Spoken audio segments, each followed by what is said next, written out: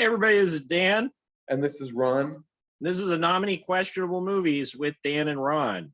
It is. I repeat, a Nominee Questionable Movies with Dan and Ron. And that's ANOMINY QUE. And this is a podcast designed to be played back while you were sleeping to get the full subliminal impact of the what we're dropping here today. So today we got an episode that's a bit less special than it could be. See, I'm changing it up. We were supposed to have a very esteemed guest on, Mark Rapport. You might know him. I know him. You might know him through me, potentially, but he's made a lot of movies. He's those movies have gotten into a lot of festivals. He's really popular was really popular on Fandor before Amazon took a giant shit on Fandor. And he's just he's an all-around cool guy. And yeah, we were supposed to have him on the program today. Unfortunately, due to personal reasons, he had to bow out, but we'll have him back on in the future. And for now, though, we watched 4 movies. And we got to record an episode, whatever it takes. And whatever it takes. So we're going to talk about him, and maybe he's dropping movies like he's dropping a lot of them. So there will be more movies left to talk about when he eventually convalesces. But for today, we're going to be talking about 2 of his earlier films.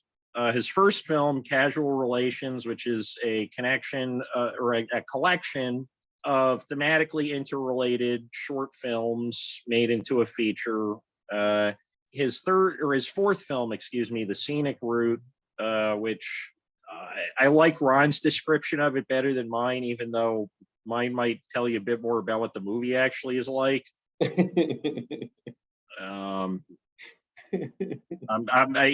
putting the quarter in the jukebox, Ron. Out with it.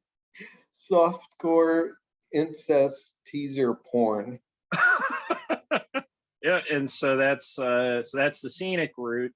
And then we jump ahead to 1992 or 93, and we watch HUDSON'S Home Movies, which is one of the first ever supercut movies. I don't know if it was influential, but at the very least, it prefigured a lot of like YouTube essay stuff. And then we watch some of his later stuff that keeps delving deeper and deeper into this essay form that he started exploring in the 90s. We watched 2 shorts. One is called John Garfield. It's about the Jewish American actor John Garfield. And the second one we watched was The Closed Circle, which was him talking about like some objects and some old movies. I have more precise descriptions of those other movies as well, but I think describing that one movie was plenty. Okay. And so first time I saw most of these movies was probably like 10 to 12 years ago. And we watched a lot of them from copies that Mark had sent me in the mail from Paris, which kind of nifty. There was a little bit of like chicken fat at the end of it, but what you gonna do? And so I know these films fairly well. I've written about Casual Relations in the Scenic Route before. So I'm really curious, like, because I mean he's not the world's most conventional filmmaker. What was your takeaway? How do you feel now that you've been branded officially a hipster? You know what? Last weekend I was at a party and there were some other people that came over at one point. One of them said that I looked hip, and another one said that I look trendy. And I have never in my life been called hip or trendy or hip and trendy. I have no idea what they were talking about. I think it was my shirt or something. I mean, I told you, like in college, when I was in college, when Knocked Up came out and all the billboards were around New York, I would get "You Look Like Seth Rogen" like 5 times a week at least. Like it was once a day for months. Yeah. And like I didn't realize at the time, because I was just like, who the hell would think that who the hell's pining after that guy, right? Like the whole idea of the movie is that he's like way too ugly to be with what's her face, right? And Yeah, Elizabeth Banks. no, she was in that god awful romantic comedy with Gerard Butler. I know I'm really narrowing it down here. Let's see. Okay, I'm gonna look up Seth Rogen films and cross reference Well, it'd be that with knocked Gerard up. Butler films. What was that? Yeah, it'd be knocked up, and it's the boy, Katherine Heigl. Oh yeah. Okay. Yeah, and so like I didn't realize that it was like hip to look like Seth Rogen then. Oh and yeah, I squandered my opportunity because like upstate New York when I was growing up, it was not that cool to look like Seth Rogen, I don't think. Well, that it wasn't cool to be Jewish, right? I mean, it was a novelty. Okay. I mean, I can't say they like hated me or so. I mean, I was the fucking prom king. Like, I'm not gonna go sour grapes on everybody, but Oh, it never occurred to me that there weren't that many Jews at your high school. I mean, there were more than like if I grew up in Mississippi, there would have been less. There were 2 synagogues nearby, but like it was the vast majority of the people that were in the school were Irish and Italian. Okay. Yeah, I mean it was like a conservative synagogue, and there was and there was an Orthodox community, but they didn't, they weren't sending their kids to the public schools, so I didn't get to know many of them. Okay. Any of them. Because I always grew up in, I always grew up in areas that had decent sized Jewish communities. I mean, there was a decent sized. It wasn't like tiny. There were a few hundred Jews in town, but we weren't the majority. It wasn't like I was in Greenpoint or something. Okay. But yeah. Oh, okay. Going back to your question. So about what did I think now that I'm a hipster? Yeah. Doesn't really feel that much different. I feel about the same as I did a week ago. So does that mean deep down you were always a hipster? Huh. Is this like less of a transformation and more of like a coming out? I was in Amsterdam visiting a friend. Oh, Matt. And I met a friend of his. And his friend was apparently pretty good at sussing people out. And I said, do me. And she looked at me and she turns to Matt and she says, he looks innocent. Well, that's I mean, that's better than what happened the last time I looked at a woman and said, do me. Yeah, no. Do the hump. R.I.P. dude. Digital Underground, sex packets. Love it. No, my bucket list to one day get busy in a Burger King bathroom. Wait, are those lyrics you're quoting, or are you making them up? No, that's real. The Humpty Hump, the Humpty Dance. Yeah. By Digital Underground. I once got busy in a Burger King bathroom. Okay. I don't know why that would make it more recognizable, but yeah, the one where he's like, do me, baby, do the Humpty Hump. Do the Humpty Hump. Do the Humpty Hump. Is it do the Humpty Hump or doing the Humpty Hump? Do the Humpty Hump. Do the Humpty Hump. My name is Humpty, pronounced with the umpty. Pretty girls, how I would like to thump thee. And he died a few weeks ago. Oh, that's right. Okay, well, this is the Humpty memorial episode. Yeah, we're dedicating it to somebody that I'm pretty sure Mark has never heard of or probably does not care about. But you know what? We're gonna make Odd Bedfellows this episode. And so, Rod, what did you think about the Mark Rappaport movies though? Because you like. They were really interesting. It was, for me, it was a mixed bag, and that's not to say that one movie was better than the other, but it was more. I would say a few of them were better than some of the other ones. Okay. Well, okay, that was part of it too, but part of it too, I think it's the films that I connected to more, or can personally appreciate more. What do I mean by personally appreciate? Enjoyed more. That's the word. The word for all this stuff. How do you appreciate it on a personal level? Listen, enjoyed. So I enjoyed a few of them, and then there was one that I enjoyed less. Which one? Name names? Yeah. We got 2 hours to fill. You just you got to cough up everything. Like I'm gonna turn on the hot lights. 2 hours minimum. Oh my God, I've got to admit to how I feel for someone who was supposed to come on here as a guest, and I would have just been sitting here quietly I as don't know. I'm the David guy that Blair owns the heard Zoom our account. episode and he liked it and he came on. You know how like the comic that like a comics comic. You ever heard that phrase? Uh-huh. Right, right. We're like that. Like Okay, okay. we're playing to the professionals more than the plebs. And with that, I just scared off all of our potential audience. And potential future guests. Step to me, plebs. All right. No. Now I remember you told me about what David Blair said the second time. Mhm. Well, That he remembered more of the episode than we did. Right. So right, it was the part in which I said that I told him, like, for the first 20 minutes I wasn't sure what was going on. I'm like, what am I watching here? What am I doing? And then suddenly like, oh, and that he actually appreciated that comment. Not Oh he yeah, didn't yeah. I take it mean, badly. like if you're an experimental filmmaker, that's street cred.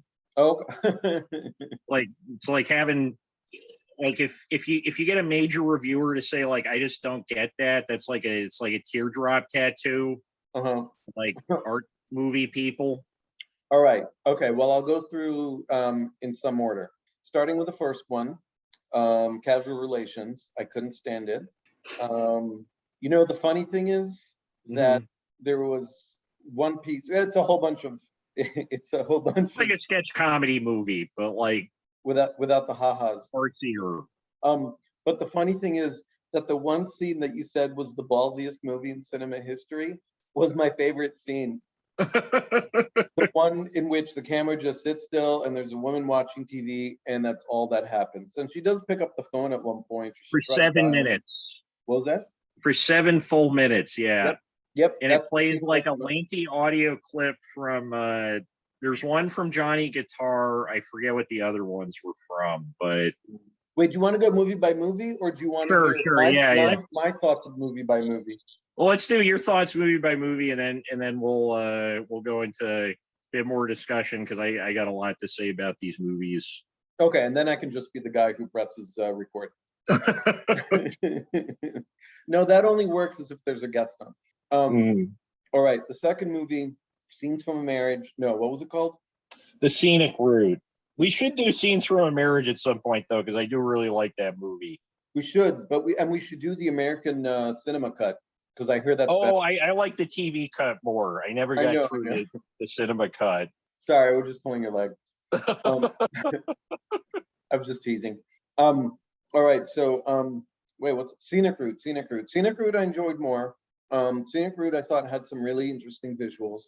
There was a lot of stuff in there that looked like a painting or a collage or something that would then move a little bit, move as the camera zoomed in or out. The collage would change somewhat, even though technically this was a movie. I don't know that it had more or less to say than the other one, but I think I said it more coherently. Yeah, I think it did some more coherently. Rock Hudson. So those are the two feature-length films, or roughly. The early ones, the 70s ones. The 70s ones. Yeah, and I should give release dates. Casual Relations was 73 and Scenic Route was 78. Okay.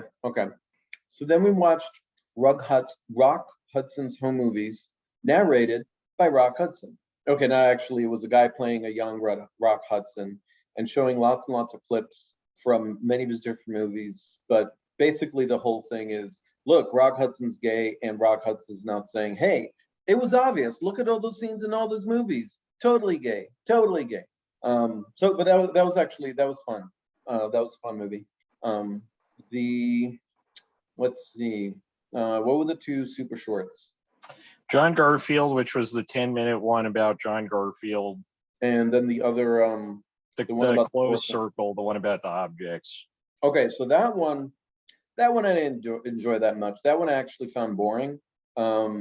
And I understand the thesis, I understand what he was saying, but it also just seemed like four things totally unrelated to each other. And I don't know what the bigger message there was. Okay, wow, I'm sounding really highfalutin. There didn't have to be a bigger message.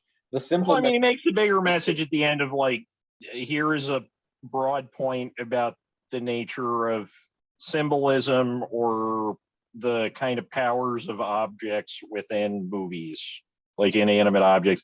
he writes a lot about like inanimate objects. Like he wrote this great essay on like pieces of furniture that got reused in studio movies in the 50s. Okay. He has like this insane encyclopedic memory for like, this fake painting was in this movie and then it got moved to the other room in this movie. And No, that would be awesome. That would be really cool. Oh, I want to see. oh yeah, and that essay's a lot better than the closed circle. Yeah, the closed circle, Yeah. I thought the thesis was coherent. I thought that it took the point could have been condensed a lot further, and I think there's a lot of it where he's just giving fairly straightforward plot synopses of the four Yeah. movies that he's talking about. Right. Here's this movie's plot. Here's where this object shows up. Yeah.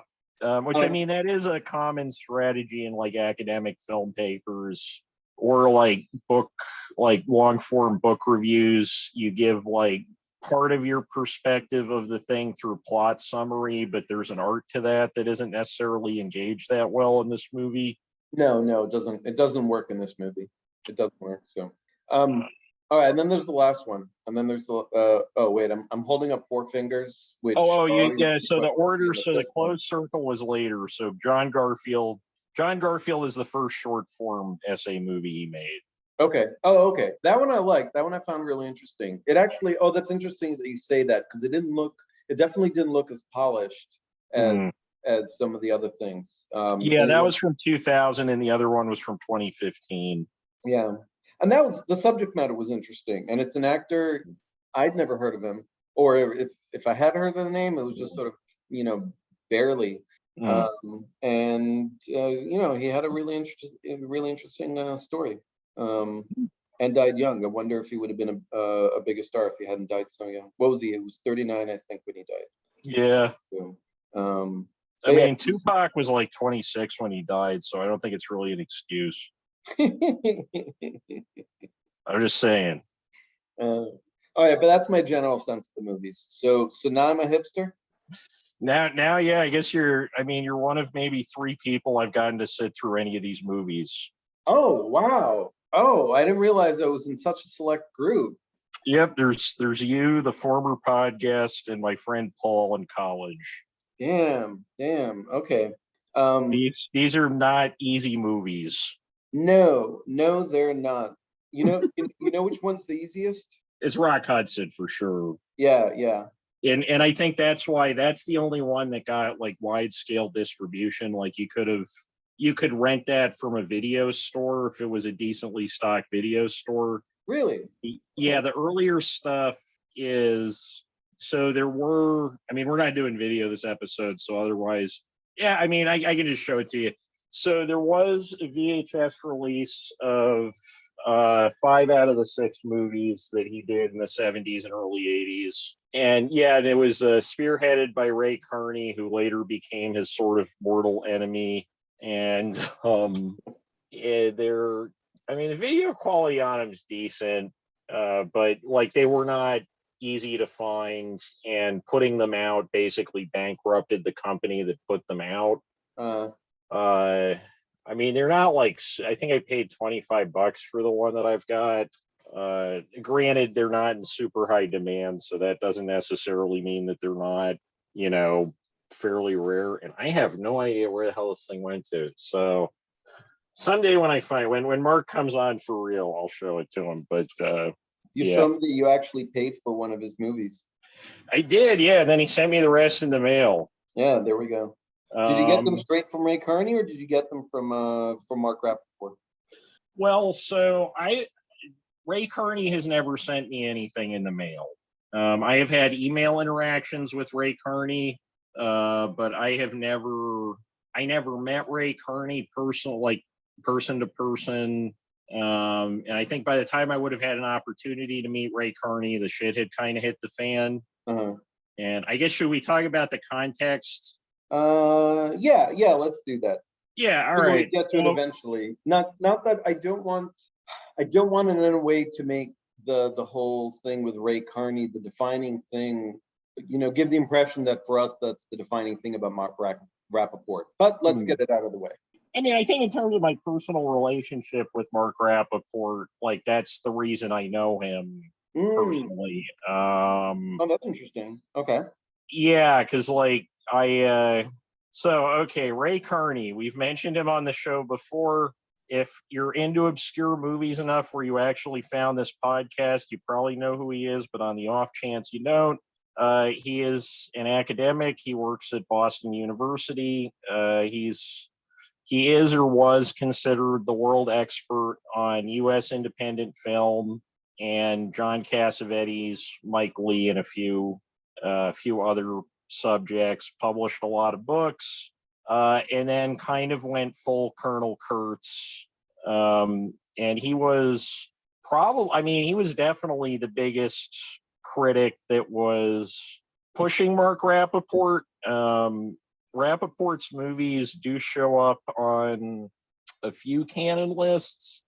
He's got a few movies in the Jonathan Rosenbaum 1000 Essential Movies. Cool. I don't think he got one in the 1001 Movies You Must See Before You Die, but John did. Really? And yeah, so he's not completely unknown, but he's like, unless you're like a diehard movie buff, you're probably never going to find these movies. And so Ray Kearney claimed at one point, and I believe it says this on the VHS box whenever I find it, that Mark Rapport was America's greatest living filmmaker after John Cassavetes died. And so Mark moved to Paris, I believe, about 20 years ago. Or not, he was living somewhere in the U.S. before then, probably like, I know he shot the early movies in New York City, so I'm going to guess he was somewhere in Brooklyn, probably. So he moves. He's got boxes and boxes full of papers, scripts, you name it. And he's got these digital transfers he made of the films for TV broadcasts and eventually streaming, although the digital transfers were made in the early 90s. So they're I think they were done before Wax. So yeah, so there were no streaming movies. And he leaves them all with Ray Kearney. Ray Kearney's like, yeah, I can keep them in my shed. And I think like 10 years later, maybe a little bit less than that, Mark gets approached by a few streaming services. They want to license his movies. They need the digital copies. And Ray Kearney suddenly is just like, nope, I'm not giving anything back. And so there was a huge legal battle. I think Mark said that he spent $27,000 in legal fees fighting it to get his stuff back. Eventually came up empty-handed, at which point John Jost, who is a friend of the program and has appeared once on here, started putting pressure on Kearney, because Kearney's other favorite like living U.S. filmmaker was probably John Jost. So John had a little bit more leverage in this situation, or in theory, he had a little more leverage. And I knew John. Well, I mean, how I know John, that's a whole other story. So I saw John was doing that. I had friended Mark Rapport on Facebook, and he had accepted me because I had randomly friended enough other like indie film people that I didn't actually know, where he figured I think that he knew me in some capacity. And so I sent him a message, and I was like, hey, I'm a college student. I have nothing but free time. And I know that neither you nor John have a U.S. mailing address. How do I get in on this? And he was like, he was into it. I helped. It was technically my account that was running the big petition to Boston University to give Kearney disciplinary measures to get him to give the stuff back. And that, like, Kearney had a very long book about John Cassavetes that was finished, edited, had a cover. There had been promotional slips released for it. It was called John Cassavetes in Person. And the controversy with this, it was solicited maybe like 10 years ago. It has never seen the light of day. You know, I chatted with him. I've had a few phone calls with him. I never met him because, you know, he's in France, but met him in person. And he's one of only two people who's read the entirety of my second book. Wow.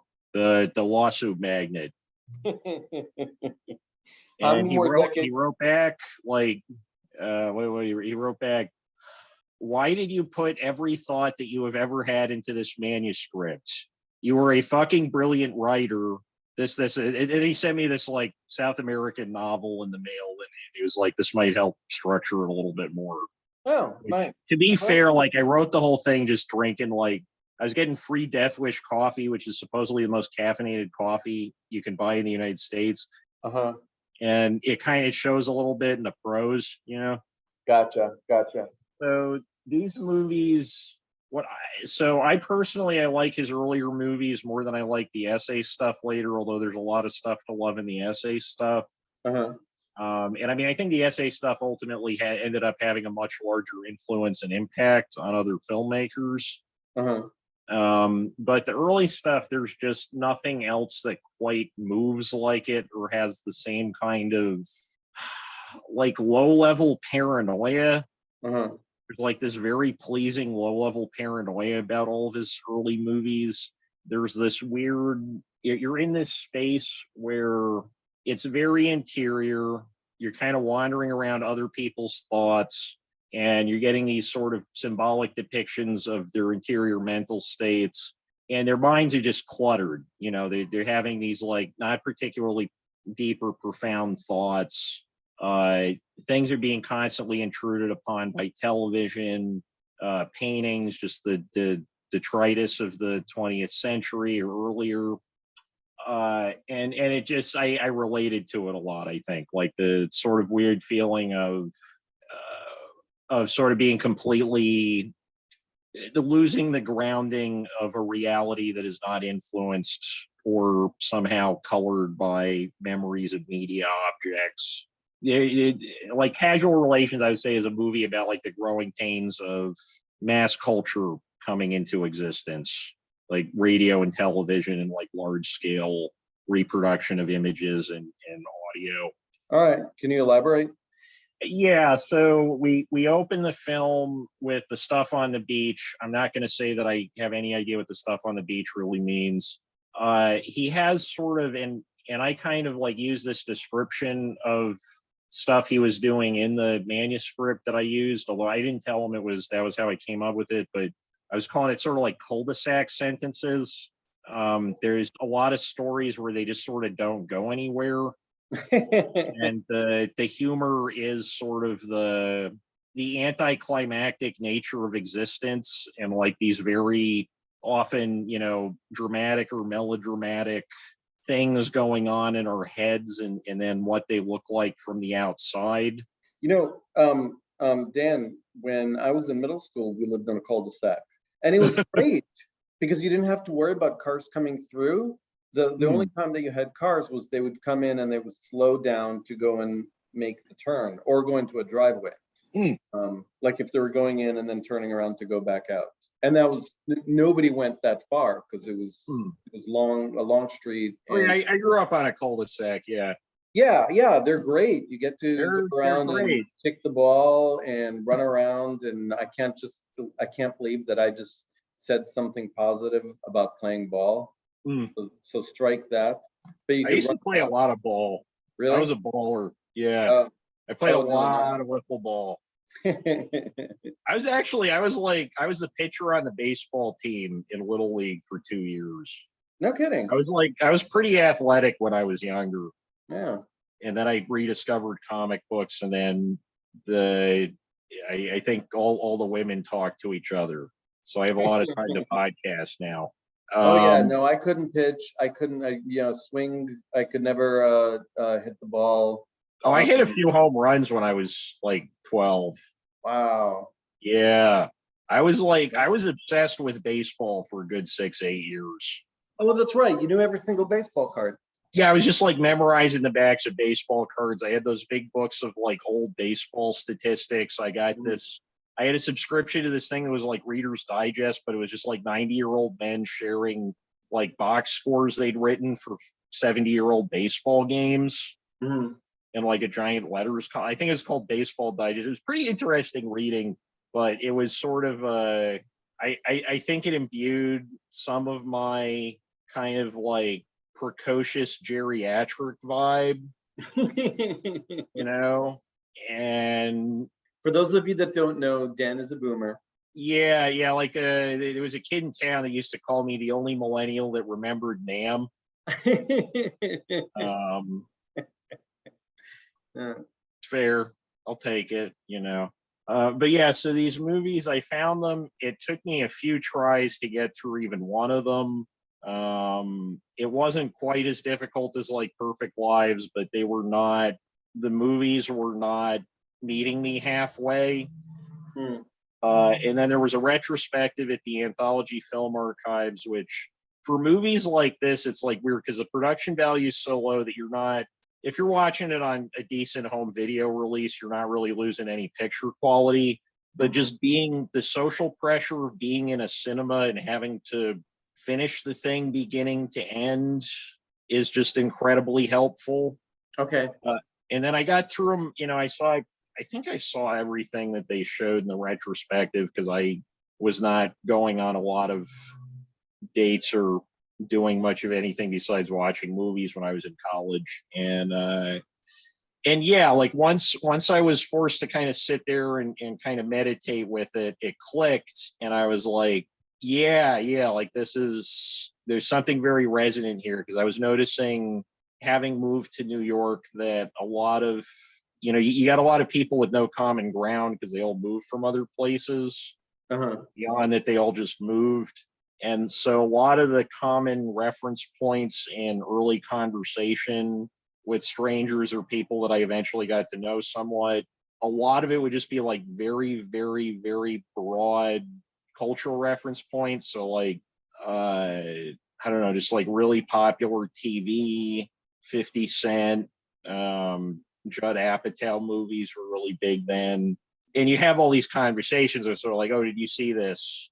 Oh yeah, that was cool. Okay, we have it wasn't it wasn't like this podcast. It wasn't like a critical context. It was just sort of like we're not alone in the universe by virtue of having seen Knocked Up or something. And that struck me as being very interesting because the place where I'd grown up, most of the socializing was about personal circumstances and events, and kind of storytelling revolving around those.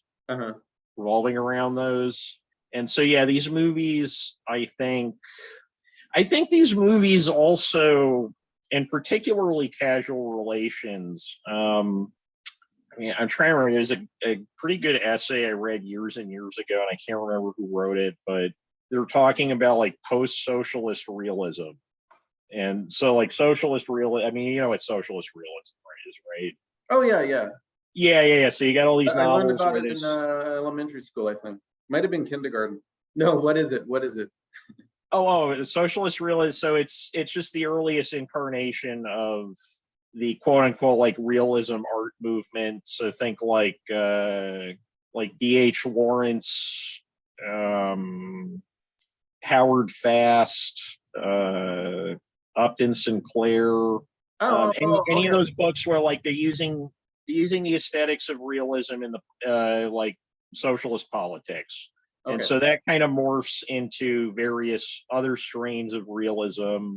And you end up at a point after the introduction of television and radio where like a realistic depiction of my life right now, like if I was going to make an autobiographical movie about just like how I'm kicking it in upstate New York right now, I mean, a lot of it would just be me sitting around watching TV in various forms, or like looking over my shoulder while I'm texting people. Just a lot of not very reality. Almost got like drained of a lot of the stuff that would make it a suitable subject for fiction. And I think that's a lot of why, like, I think realism has receded tremendously as an artistic and aesthetic movement in the last 20-25 years. Okay. Right, like because it had sort of it had cornered a lot of the critics. There was a large number of critics where, especially for film, and especially for the acting components of film, where it was sort of like, how close is this to reality? That is how we judge the value or the technical skill on display here, or something like that. And now I think there's much more emphasis on symbolism, subtexts, objects, like gender-based readings, which don't really gender-based readings are a lot more fun to do with like genre fiction, I would say. What do you mean? Because you can just like there's a lot more symbols that you can sort of go back to historical reference points for. So I think so. Like if you got a realist movie and you're talking about the gender relationships, you're limited to talking about the cultural or social signifiers that we see in the set or their supposed surroundings, and you're limited to the characters and maybe how much or how little they might resemble some other characters in realist fiction.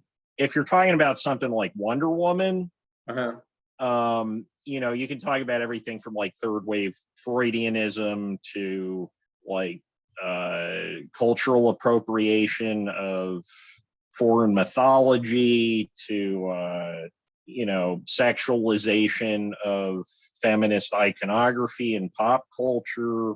You can use, because it's a mass-produced object that's meant to be an object of mass attention, and so you can draw much broader conclusions about the larger population or culture through whatever you can extrapolate from the symbol system of the character. Okay. Why do you hate Wonder Woman so much? Sorry. And so with Mark's stuff, I found it very, I think I've said this on the show before, that like for me, what ruins a lot of movies is stuff happening. Right.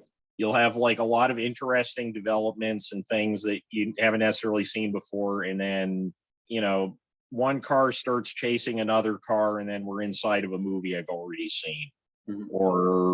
And so Mark, not a lot happens in these movies. No. They're pretty, it's almost like anti-humor or like proto anti-humor, because there are like punchlines to the bits in Casual Relations, but they're not meant to be like funny. They're just supposed to kind of point out like meaninglessness almost in the events going on. Yeah, you set me up when you told me that. Well, you told me that not the one that I keep wanting to call Scenes from a Marriage. Scenic Route. Scenic Route. You told me that was a comedy. I would say it's a comedy, yeah. I was prepared for something very different. Underground, I feel like there's a lot more difficulty making like an indie comedy than a drama for whatever reason, or at least it's harder to do, because like the things I'm thinking of that are supposed to be comedies that were like art movies from the 60s and 70s, they're sometimes interesting, but they're never like Eating Raoul is very interesting. Eating Raoul is not particularly funny. Flesh for Frankenstein is very interesting. Flesh for Frankenstein is not very funny. Hangover 3 is visually interesting. Hangover 3 is not very funny. Right. And so with Mark, there are a few things that actually, wait, Hangover 3 is not visually interesting either. But do go on.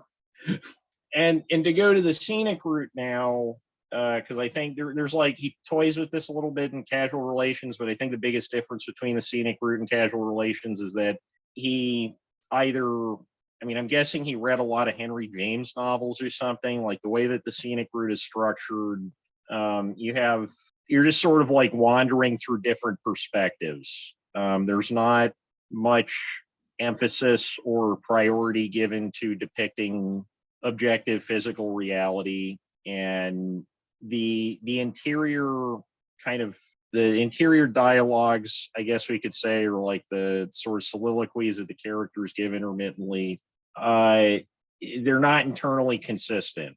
A lot of the humor in the film comes from the weird ways in which they are inconsistent, and I think that the funniest parts of the movie for me this time around did mostly revolve around those.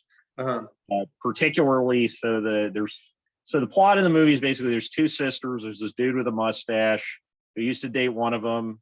The other sister moves in with the one sister. She's like, I met a dude, and then it turned out, it's mustache dude Paul. I think he's called in the movie.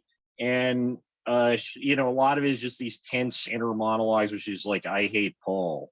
Is he the shotgun killer? She really doesn't like this guy, but she did used to date him. And there's a point where the three of them are all sitting in the living room and they're listening to Orpheus. No, not Orpheus. They're listening to some opera, and then he recites the Italian lyrics in English. It's like, no one loves me and I'm gonna die alone. That's what a lot of opera lyrics are. But what is it? He says something about it, or no, it's Orpheus and Eurydice. Yeah, because there's all those pictures of them in the rest of the movie. And she has this internal monologue moment where she's just like, I never realized he could be so deep. And then it just like cuts away from her. uh-huh. And to me, that's just very, very funny. It really highlights, I think, the extent to which we perhaps falsely feel in control of our own internal monologues and how we kind of make everything narrative after the fact. Okay. See, when you told me, go ahead. Oh, yeah, if that makes any sense. It does. When you told me it was a comedy, I was expecting the experimental version of Knocked Up. And I mean, there are movies like that where it's just sort of like a very slow moving, like Shampoo. I remember being really slow. And it's like sort of like Altman, I think, is probably the closest you're gonna get. Okay. That which we should do Brewster McCloud at some point.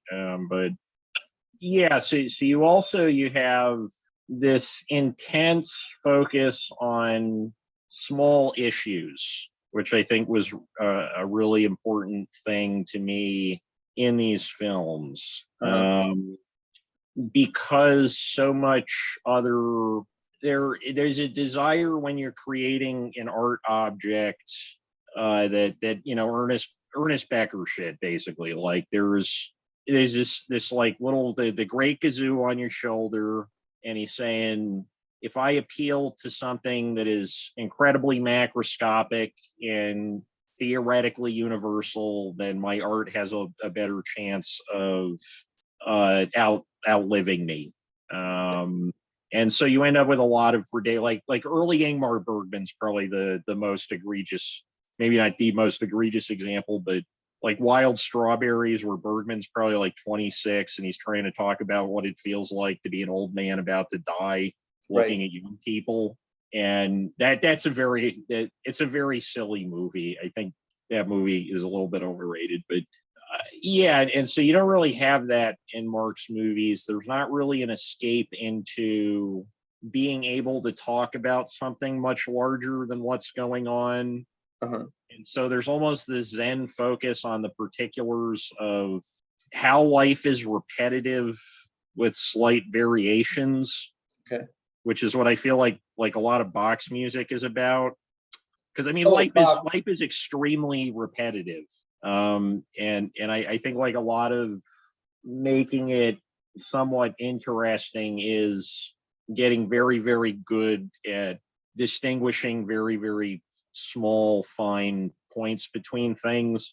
And there's also just a lot of like staring contest with the audience moments, where if you're in a dark theater and you're not talking with somebody on the couch, you're kind of almost like, you can't sit in a theater for 7 minutes watching a woman watch television without going into some kind of internal monologue or your mind wandering off, unless you're like a Zen master or something. Okay.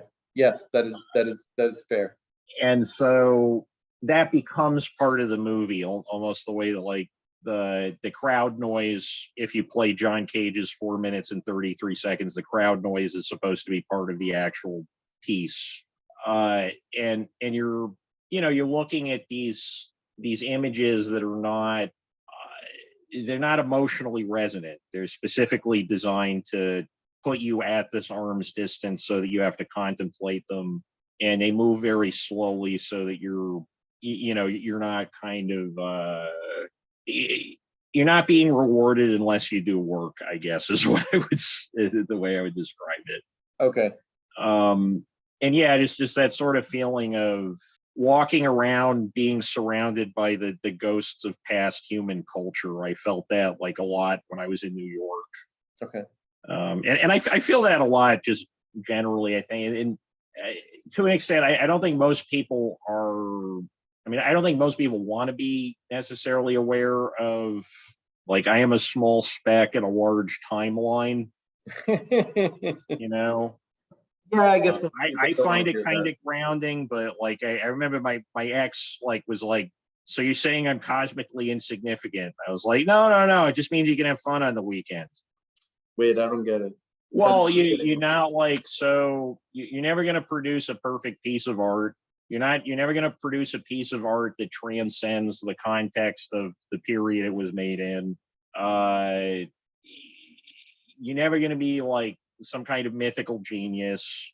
So, and that all sounds very depressing and discouraging until you realize, wait, I can do anything, because if I'm worrying about being judged by history and I'm dead, then unless I can see the future, I'm probably going to fuck up somehow. So I might as well just put up a bunch of podcasts.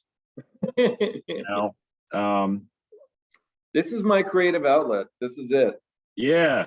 I mean, well, I've been doing those raps, but I don't know how to create otherwise. I talk to girls. I Get creative there. I press record on Zoom. you wrangle the cat. I've slowed down my writing actually, but that's sort of I have found other things that aren't work. If this is Larry Sanders, you're Artie. I'm Artie? Okay, Yeah, okay. Artie. All right. I'm probably like Larry because I talk a lot and I'm not good at with administrative matters. So does this make me Artie to you? I mean, yeah, and that would make the X podcast Hank Kingsley. Who's now what are your thoughts about Larry Summers? Larry Summers, the guy who ran the Fed. Yeah. I don't think he ever got onto the Larry Sanders show. I'm sorry, I'll cut that joke out too. He was too busy crashing the economy. Yeah. I think I'm betting at 0, which sounds about like the way I was in middle school. So nothing's changed. A failed joke can be endearing if you play it off right. Okay, maybe I can go back and repeat all of them, and this time people can say, "Oh, that was cute." Or at least that's what I tell myself when I'm talking to women. What's that? At least that's what I tell myself when I'm talking to women. Why is he talking about having watched The Princess Diaries last night? What a great first date. Oh wait, it was reversed. You had a lot of Princess Diaries dates. Yeah. Well, I had one more than I guess I should have. But if I had to choose between going on another first date and watching The Princess Diaries again, Princess Diaries wins hands down. Every time. Dating is like, that fake Ben Franklin quote that like beer is proof that God loves us and wants to be happy? No, I didn't know that. They sell like shot glasses with it at the Liberty Bell out in Philadelphia and a few other places. And Ben Franklin never actually said that. Ben Franklin was actually like, Ben Franklin never drank. There's like a large portion of his autobiography where he's saying the reason why he succeeded so much in the printing business versus everybody else was that he was the only guy who wasn't showing up drunk every day. Although, to be fair to the other guys, there wasn't potable water. So there was a pretty good incentive to just drink like low proof cider all day. But yeah, no. So dating it's like the opposite. It's proof that like God knows that it's better to be feared than loved. Okay. And that you're like, he's gonna let you date other people, but he's gonna get even. Okay. Maybe that's just why I talk to women. They're saying it's like it's incredibly easy to get. It's incredibly what? Incredibly easy to get dates for women. For women, yeah, and it's like a weird thing where it's like I don't have to worry about like somebody sending me a picture of their dick or something, or like somebody stalking me home. Right. There's a there's a logistical issue, and I'm gonna take a few seconds to whine about it. You mean further, or just what you've been saying? Well, I just ran out of Mark Rappaport stuff, so I'm just going into like the stand-up material that like isn't good enough to make it to the stage. I'm just gonna I thought I already took care of that. but no, so back to Mark Rappaport. So Scenic Route happens. There's 2 more narrative movies he made after that we did not watch, or that I've seen but we didn't watch for this, and I haven't seen in a very long time. Imposters and Chain Letters. The narrative films become increasingly more complicated and obscure. 7 years after the last one, he tapes like every Rock Hudson movie that he can find off of TV or from rental copies, or you name it. And he makes this supercut movie, Rock Hudson's Home Movies, also known as Rock Hudson's "You Idiots, I'm Gay." Basically, Look, right? Like he seems pretty exasperated in the movie. Look, I was saying I was gay here. Look, Right. look, you were saying in this movie I'm gay. Look, I'm with Doris Day. No, I'm gay. Right. Like I'm gay. It's not for Doris Day, not for. I guess Jane Wyman wasn't a terrible looking woman. No, but he was still gay. Yeah, and I mean, well, that's yeah, and he was like, and Mark makes a very, very thorough case that Rock Hudson is doing everything from cruising for other dudes in these movies, being discovered with a gay lover, subtextually cross-dressing, Sleeping with Tony Randall. And it's very, very funny, and I think it's funny in a straightforward way that Mark's earlier movies are very, very much are not. Yeah, I thought this one was funny. But it does continue the theme in the earlier films of this sort of confusion between pictures and reality seeping into pictures, right? Because you're supposed to have this pure suspension of disbelief space inside the movie where the character acts like that because the character acts like that, and then Mark is pointing out these ways that the real world is creeping into the movie, namely in Rock Hudson's homosexuality being expressed through these various moments in these movies. Right. And that the filmmakers themselves took advantage of this. They knew, because he makes several times that his being gay was an open secret in Hollywood. Yeah, and you have kind of like thematically, I wouldn't say structurally, but thematically, the person that Mark is closest to is probably Gary Shandling. Huh? You said thematically. Thematically, yeah, because they're both obsessed with like blurred lines between the production of images and living in reality, right? So think of it kind of like Rock Hudson's Home Movies. The guy playing Rock Hudson in front of the TV is Larry Sanders off stage. The clips are Larry Sanders doing the show, and like Shandling very carefully demarks that in the show because the what is it? The stuff that's supposed to be the talk show is shot on high-end video. Anything where they're in the office is shot on like pretty low-grade 16 millimeter film stock. And so I think that theme comes through a lot. I mean, like in Casual Relations, there's that one bit where there's the man and the woman, they're in the wheat field, and they keep like shooting or stabbing each other, and there's like a different version of the story each time. Right. And so it's sort of it's saying that it's skeptical about consensus reality, I guess is what I'm saying. Okay. And so the later essay movies, there's less to say. I mean, they're an outgrowth of Mark's writing. He's written 2 books. The one that I've read is available in French. It might be available in English. If it is available in English, it's going to be under the title "The Moviegoer Who Knew Too Much." And the book kind of continues these themes. You know, it's a lot of stuff from the first person perspective of like Rita Hayworth or Orson Welles or somebody like that, talking about their personal relationship to the movies they were making. And that continues to large. Okay, there we go. Sorry. Okay. Oh, it's all good.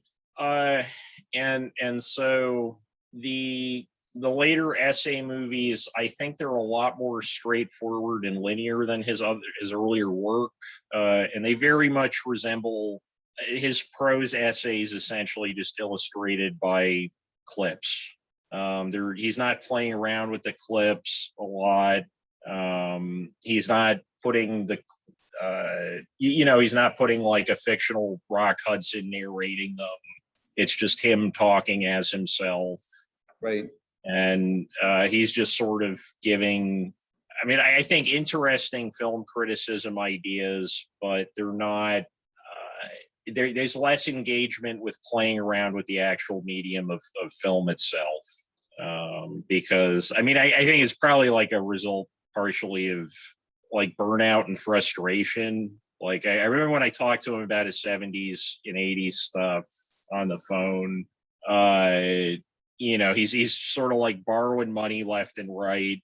He gets $5,000. He makes a movie, he sells it to German TV for $11,000, spends the $6,000 that the profit on making the next movie, and then just sort of in a cycle. These movies never had any commercial traction. He was, I think he was making money doing like uncredited editing work for television. Oh, really?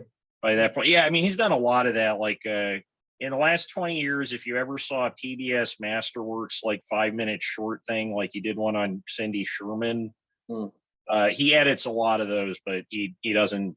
It's uncredited work. Okay. Why is it uncredited? Well, I mean, like, think about your IMDb page. Think about, like, I made all these movies that are like an expression of myself, and then I made this other stuff that is like impersonal hack work that I'm doing for money. Oh.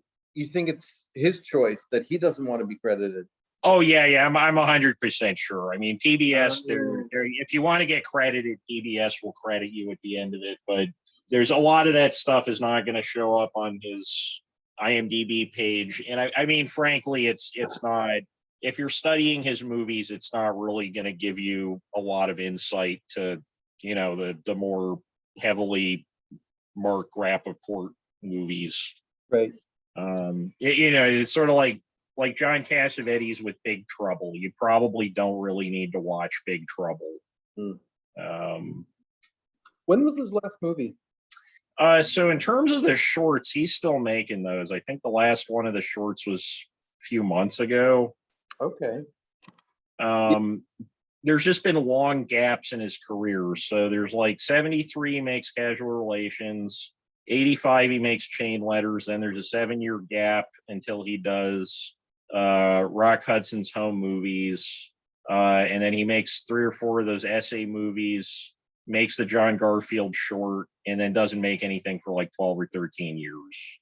One long break wasn't enough. He needed a second one. Yeah, and he takes the long break, and then he comes back and he has kind of a different style. I mean, he probably just gets bored with it at a certain point, I guess.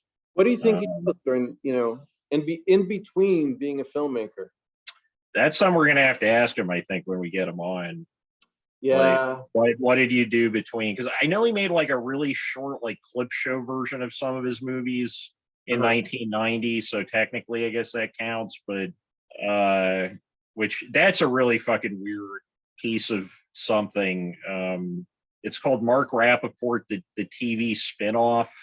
And it plays like, I mean, I guess it's supposed to be a promotional item, but it's not more comprehensible than the movies themselves. So it doesn't really work for that. I mean, it's interesting, but yeah. So, and that's all the movies that we watched, and I think they had a pretty huge impact on how I looked at movies going forward once they finally clicked for me. And I think you can see that in the podcast a lot in terms of when we're in a discussion. A lot of times I'll start speculating on like what were the personal or economic circumstances of this, that, or the other person while they were involved in the making of the movie. I see a lot of kind of mixed meanings between intentional meanings and sort of like biographical dandruff. Biographical dandruff. What do you mean by that?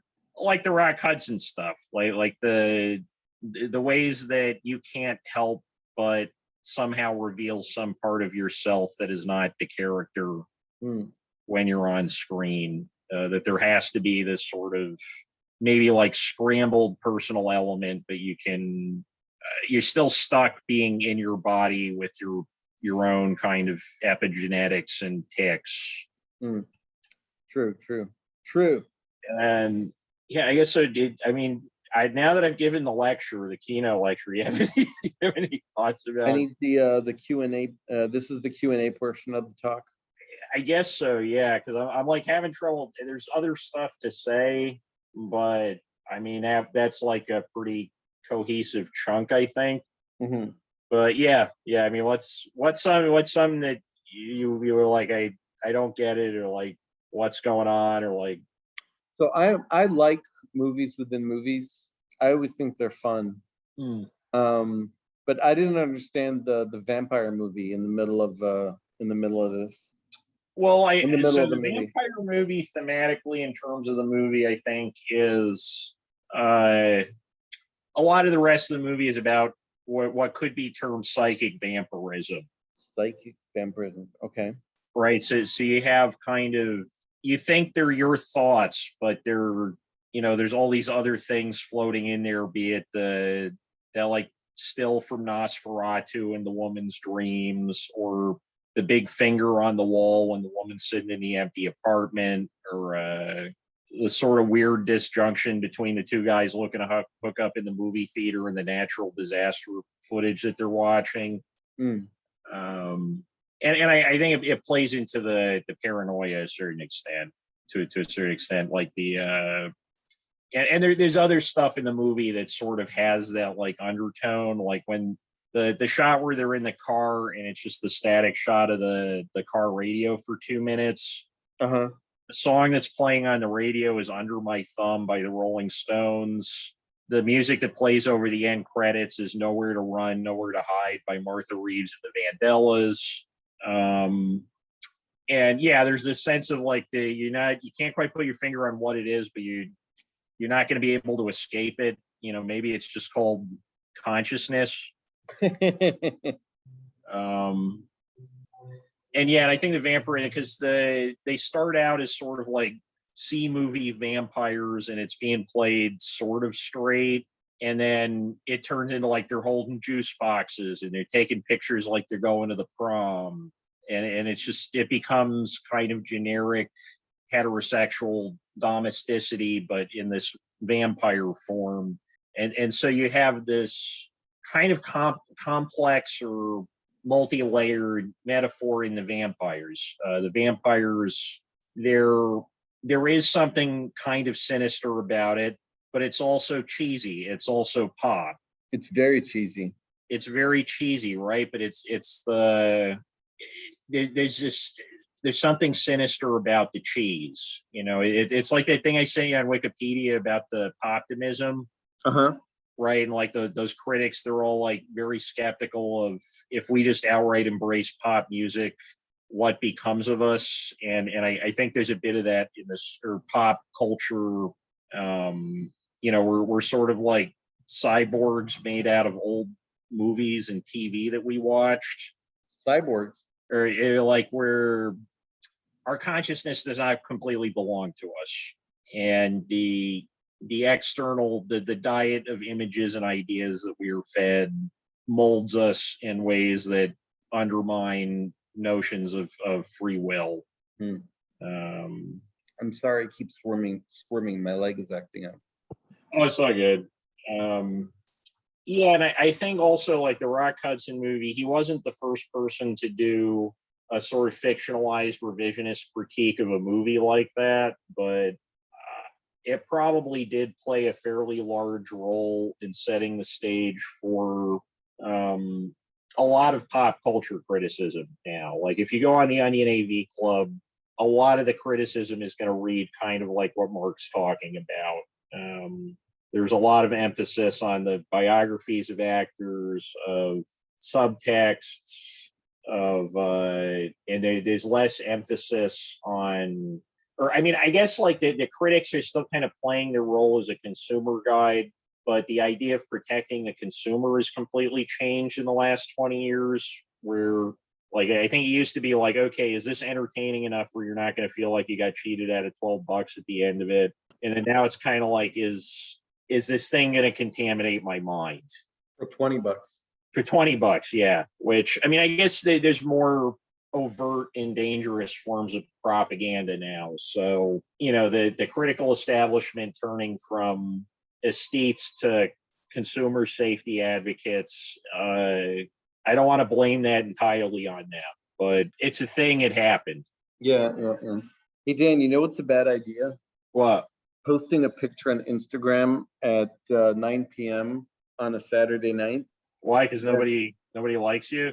Yeah, exactly. Like, Oh, why man. is nobody liking my thing? Everybody hates it. Man.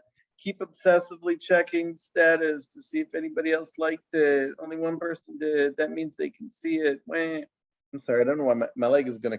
I just took a pill for it, which means that it's still going to last for another half hour, but there's nothing I can do about it. But that's why I keep squirming.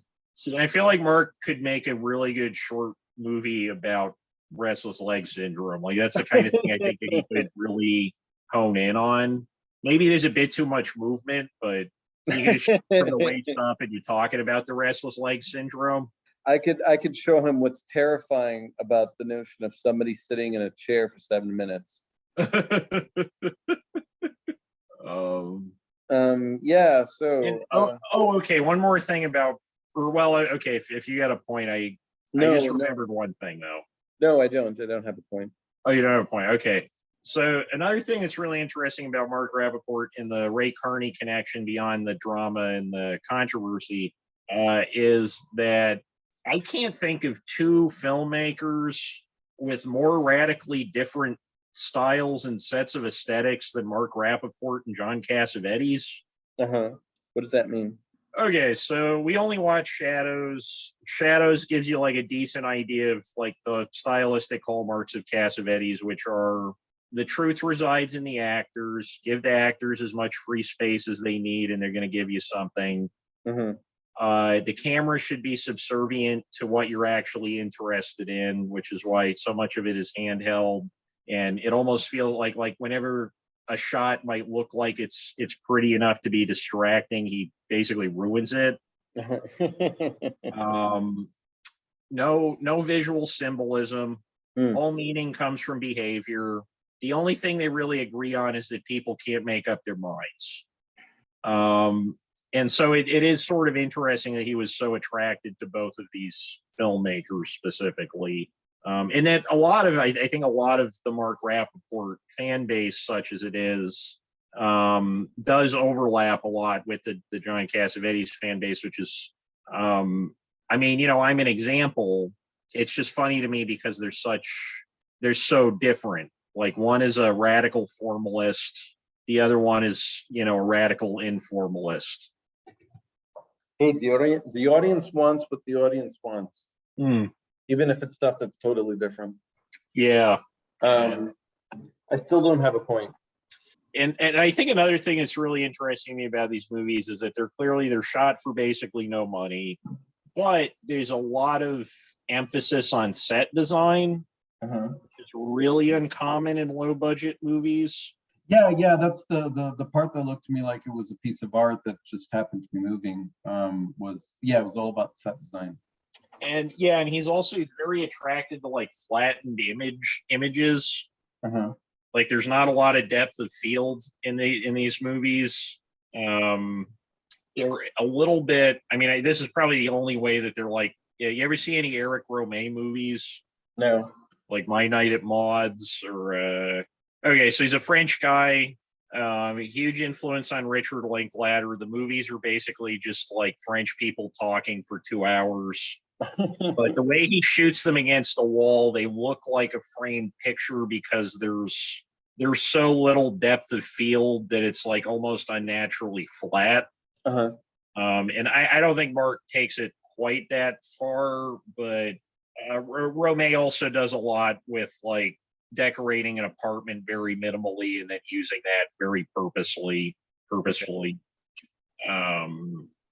And I mean, the other thing that was really appealing is that he's in that sweet spot that I always love of like there's something legitimately very, very interesting here, but nobody else gives a shit. So if I send this guy an email, he's probably going to respond to it, which he did.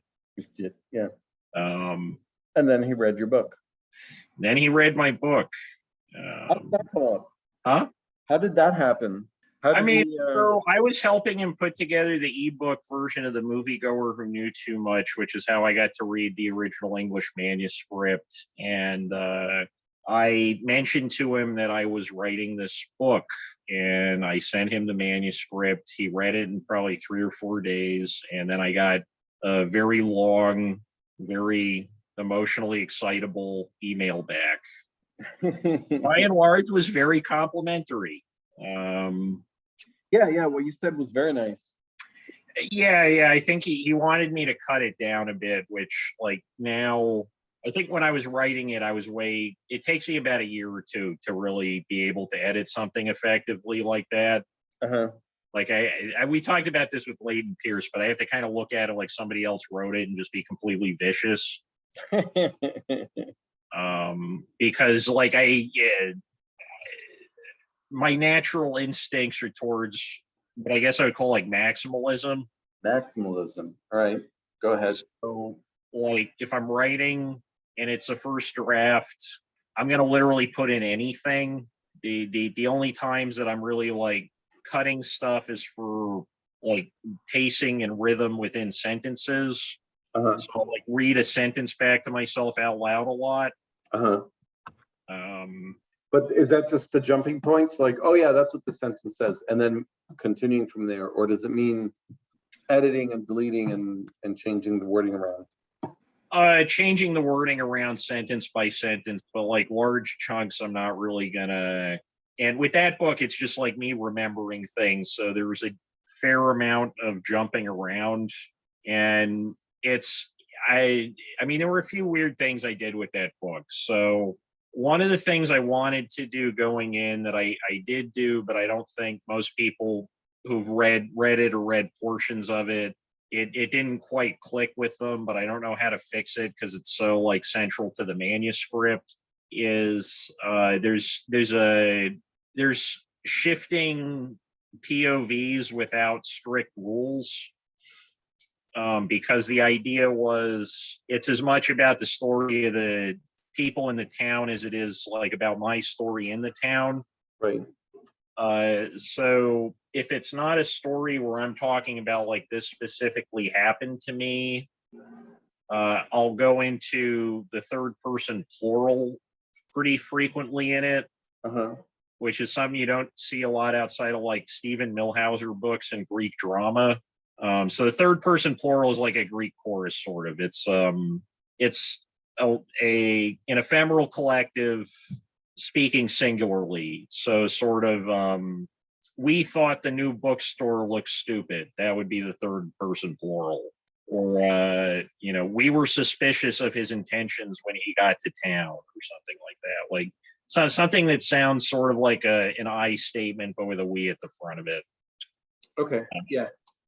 And so to me, it makes perfect sense in the context of the manuscript, and it sort of adds this weird hazy glaze over the whole thing, which I wanted, because there's a lot of stuff where I'm like chopping up time into extremely uneven distributions, which is a reflection, I think, of how I tend to tell stories in real life. Like I'm mostly concerned with juxtaposing details. So I'm thinking about it more in terms of like, how did the details in the story interact with each other if I put them next to each other versus I need to explain how this thing got from point A to point B. Mm, Interesting. And that was something I picked up for reading a lot of French stuff. Like that's when you're dealing with like long sentences that are passively phrased. So like a lot of Michel de Montaigne or Marcel Proust, or honestly like a lot of pre-20th century French writers, even some 20, like Foucault kind of writes like this sometimes. You can have this cascading set of details that can be rearranged for effectiveness versus being confined to relating events the way they would in naturalistic conversation. I want to make a joke about John Cassavetes not knowing how to use a camera. Well, he took pride in that. That was like he said the camera was the enemy. But it's not much happens with the camera here, does it? It's held still. Tripods are used. Talking about in the Mark Rappaport movies? Yeah. There's a few kind of funky shots. Like he does the stuff with the moving backgrounds and shadows a few times. Or like there's the thing where you think she's standing in front of the wall and then somebody pulls up the curtain and it turns out she's in the woods. Which is sort of like the end of Pastoral to Die in the Country when the guy's sitting with his mother and then they pull up the backdrop and they're in modern Tokyo. Okay. Although I really, really doubt there's any direct connection between those two movies. Just the similarity there. But yeah, there's a little bit going on. I think in terms of the camera, like the visual stuff that he's most focused on is composition. That's why nobody's moving that much, is because that's the way you have complete control over your compositions. And extremely constrained color design. One of the most kind of enigmatic and confusing things in the Scenic Route for me personally is the fact that probably 95% of the shots in the movie have something that's red, something that's white, and something that's blue in them. Which, you know, clearly like there's some kind of symbolic relationship to, I guess, the broad idea of America and this love triangle between these two sisters and the dude with the mustache. I've never teased out quite what that was supposed to mean. And it's possible he's riffing on Godard, because there's a Godard movie from, I want to say, well, there's 2 or 3 Godard movies where Made in USA with Anna Karenina, that has a piece of red, white, and blue in every shot. It's pronounced Karenina. Oh no, that's the Tolstoy. And that's hey. You know, I'm sending girls like Fonzie gifts because I think that's gonna make me look sexy. Like I wish I was joking, but hey, get yourself a leather jacket. Yeah.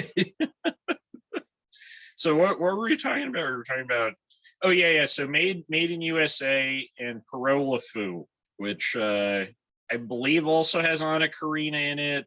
And that one is also like the Scenic Route. You've got a lot of weird genre mishmash stuff because there's like a fake musical number towards the end of the Scenic Route where it just breaks into this dance to Dr. Love by I'm not sure who that's by, but and again, that's another case of like culture, pieces of culture contrasting each other, because we hear this, you know, very high class opera and then we're hearing very, very low rent disco. And we kind of realize that they're both coming from the same place, but one seems to make one's emotional life seem a lot more dignified. And there's no clear truth or correct answer to whether or not one's suffering is actually dignified. All right. Yeah, and I guess that's I still have nothing else to say. Yeah, I might be. I mean, how long have we been going? Oh, almost 2 hours. Almost 2 hours. Yeah, we could probably call it a day. I'm sorry, I'm eating now. I need something to distract. Can't help distract from the leg. Yeah, so that was 5 Mark Rappaport movies, although 2 of them were shorts. All right, say 4.5. 4.5. And so to reiterate, for today's discussion, we watched Casual Relations, 1973, The Scenic Route, 1978, HUDSON'S Home Movies, 1993, John Garfield, 2000, and The Circle Closed, 2015.